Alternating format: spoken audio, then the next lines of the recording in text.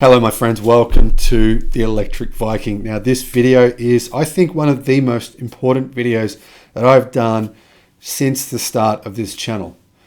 And I think you'll find that this may change your thinking and your mindset about what is really going on and just how fast the changes we are seeing now are happening. I don't think there is really, probably 99% of people even watching this channel still don't fully realize just how quickly the world is changing right now, just how quickly we are transitioning now. The percentage of plug-in vehicles that were sold in Germany last month increased to 27.6%, with most of those being EVs, full EVs. Now, only one of the top 10 vehicle sellers in that list is German, being Volkswagen. They occupy a few positions in that top 10. But other than that, every other car maker in that top 10 is not from Germany.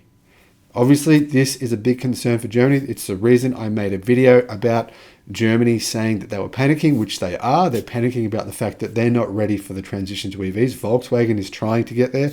The other automakers like BMW, Mercedes, Audi's, I mean, obviously they're under the Volkswagen Group parent, so they are definitely trying, but some of the other German automakers haven't really taken it seriously. And yet, we're seeing a situation where German buyers overwhelmingly want electrified vehicles, are willing to pay really what I think is exorbitant prices for EVs right now that are not the best vehicles. Now, some of them are. Tesla, the Model 3 was the third highest selling EV. Volkswagen ID3 and ID4, I think they are pretty compelling. But let's be honest, a lot of the vehicles on this list, the range is disappointing. The cost per dollar compared to some vehicles, say for example in China, is not really that good. If you compare them dollar for dollar, what are you getting in terms of range, battery pack sizes? We're still not at a point where really the market in Germany is getting the best value for money that they could potentially. That will happen within the next few years. But if you think about it right now, the German market is 27% plug-in, with the majority of that being full EV. Just imagine if they had 20 compelling vehicles to purchase. They probably only got about 5. Imagine when they have 20, and many of those are within everyone's budget. Now, that is the situation we're looking at right now. That is where we will be in only a few years. Now, the same thing is going on all over Europe. Now, these numbers I'm about to share with you may sound compelling, but they're actually far more compelling if you look at them in context, because these numbers, top countries' vehicle share in the first half of 2021, are not fully representative of where the market is today. I'm going to give you the numbers for the first 6 months of 2021, but those numbers have drastically changed over the last couple of months and reflect a much higher share than these numbers I'm going to share with you. Norway, 82.7%. Iceland, 56%. Sweden, 40%. Finland, 28.3%. Denmark, 27%. Germany, 22%. Obviously, in August, that number was 27.9%. The Netherlands, 20%. Luxembourg, 18%. Switzerland, or Swiss, 18%. And Austria, 17%. Like I said, all those numbers were significantly higher, or at least a little bit higher, in August versus they are for the numbers for the total period of the last 6 months of the year. So the market is already significantly more saturated than what I'm showing you now. But like I said, we're in a period of time where the number of compelling EVs in Europe is not that high. Really, EVs there are actually quite expensive compared to, well, they're extremely expensive compared to the EVs you can get in China. And the EVs you can get in China are better than you think. It won't be long before EVs in Europe are much more affordable, in fact, are cheaper than their ICE counterparts. I think this will happen within 24 months. I know it sounds aggressive, but there's good reason for that. I've made videos about why I think that's going to happen, why it makes sense. One of the cars that I think will sell very well in Europe is the Renault Megane E-Tech, electric sort of hatch SUV type thing. There's a number of vehicles coming to market soon in Europe, which are going to absolutely take the market by storm. So, Germany is the world's 4th largest auto market, and it saw plug-in electric vehicle share jump to a record 28% in August. And that's over a 2x growth share year on year. Now, non-electrified combustion vehicle share fell to a record low 53%, with diesel at only 17.7%. Now, interestingly, the overall auto market was down 38% from 2019 levels at just over 193,000 units. Hybrids made up 19%, plug-in battery vehicles, PHEVs, made up 13%, and full electric vehicles made up 15%. Now, imagine if there was more compelling vehicles at more affordable prices in Germany. That 15% would surely be at least 30%. Now, the 2021 year-to-date cumulative plug-in share now stands at 23% in Germany, which is an enormous change from the 9.2% at this point in 2020. Now, I'd like to reiterate this point, 9% to 23% over 1 year. Now, people have criticized me on this channel fairly relentlessly, saying I'm wrong, that EV market share won't double year on year, that this is a ludicrous idea. You know what? Go back to your comments and please write on them these numbers. Have a look at these numbers and then think about what you're saying in the comment section below. Think about how ludicrous you sound now, because that's way over double. And like I said, non-electrified combustion powertrains fell to the lowest level of the modern era at a combined 53%. Very soon, they'll be below 53%, and then we'll be at a point in which, well, what happens? It's the S-curve.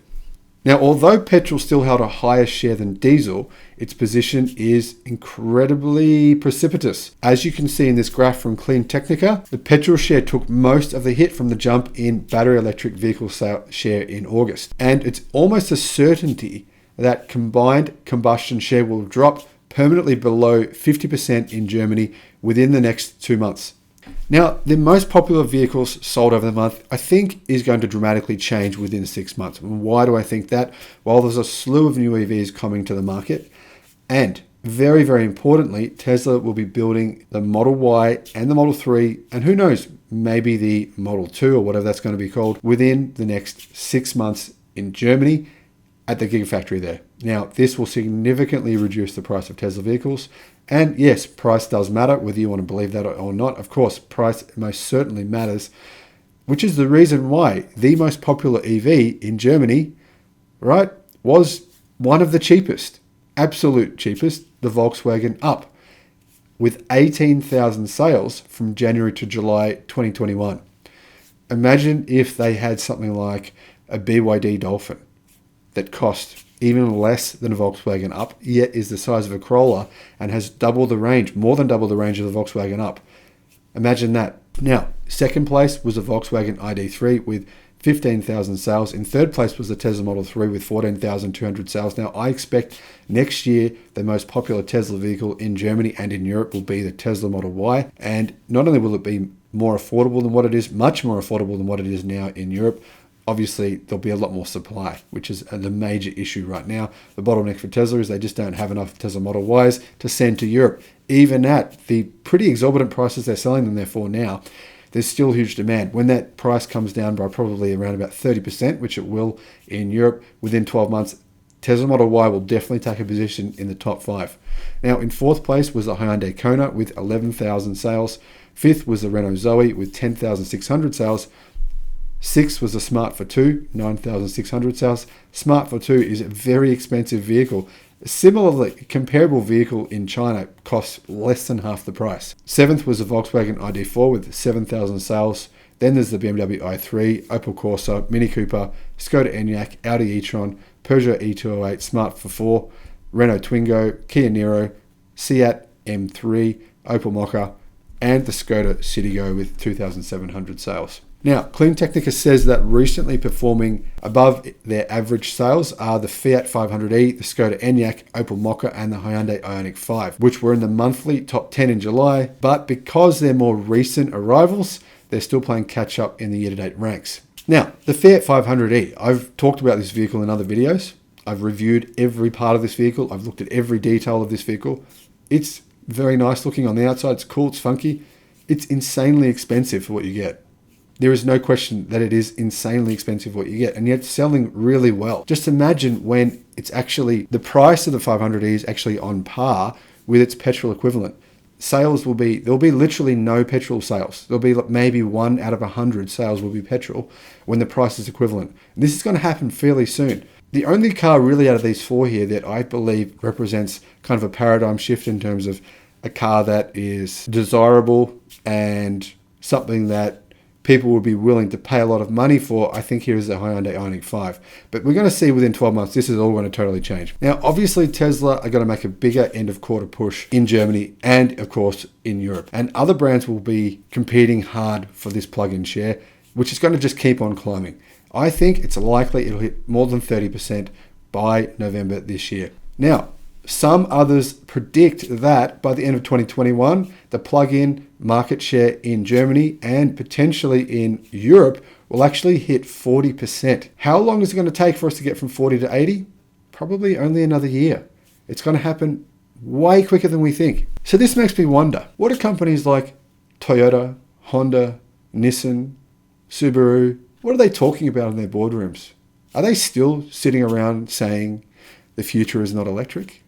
Are they still claiming that by 2030, 80% of their vehicle sales in the United States will be petrol and diesel, and that they're still not going to fully commit to EVs? Is that still what they think? Are they actually reading these statistics and seeing these numbers?